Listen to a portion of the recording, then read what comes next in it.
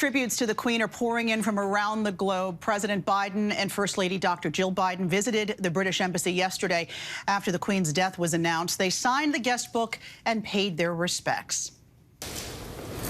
We mourn for all of you. She was a great lady. We're so delighted we got to meet her.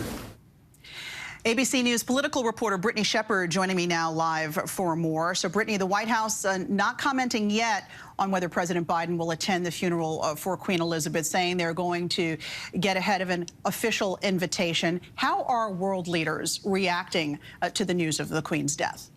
From many of these world leaders, Alexis, we're hearing overwhelming support for a person, for an entity that was an unwavering rock in their life. And for some of these world leaders, the only British monarch they have ever known.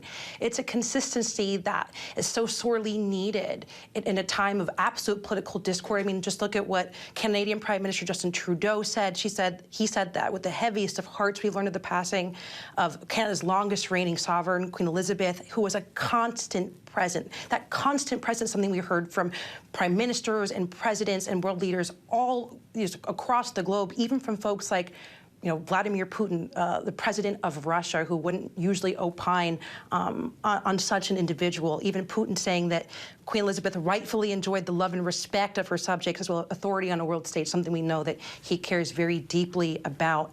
And what has been so stunning to me is the amount of congruity between the American presidents, the last 5 American presidents, men who, if you went to brunch, they probably wouldn't agree on much of anything at all.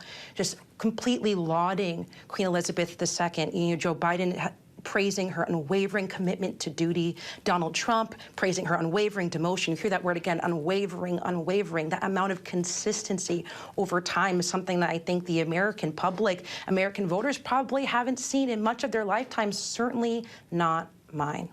The constant, steady hand. We know the monarch does not make political decisions, but they do hold a certain amount of power or sway, if you will. What can we expect from the new King Charles, and how will the Biden administration handle that change? Well, it's important, I think, to button back here and think about how many first Queen Elizabeth did with the American presidency and American politics. She was the first British monarch to speak in front of Congress. That's not nothing. But as we heard earlier, she was very private about most of her opinions about anything, but especially about politics, and was instrumental on essentially not modernizing the monarchy in that way and keeping something steadfast to tradition. That's something that Prince and now King Charles didn't have the luxury of having. When Queen Elizabeth was first queen, there were telegrams. Now there are tweets.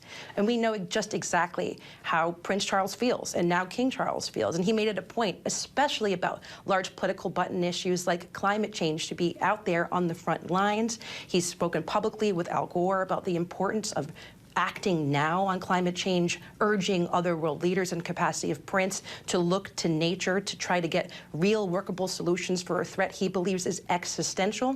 That's the kind of message that the White House would welcome as President Joe Biden is efforting to make transformative change when it comes to the climate and American innovation. Voters here worried that Biden is essentially writing checks he can't sign and make promises. So if Prince Charles pivots to modernizing, I think it would be a huge, huge step in a direction the White House would welcome. All right, Brittany Shepard, thank you for that perspective. Hi, everyone. George Stephanopoulos here. Thanks for checking out the ABC News YouTube channel. If you'd like to get more videos, show highlights, and watch live event coverage, click on the right over here to subscribe to our channel. And don't forget to download the ABC News app for breaking news alerts. Thanks for watching.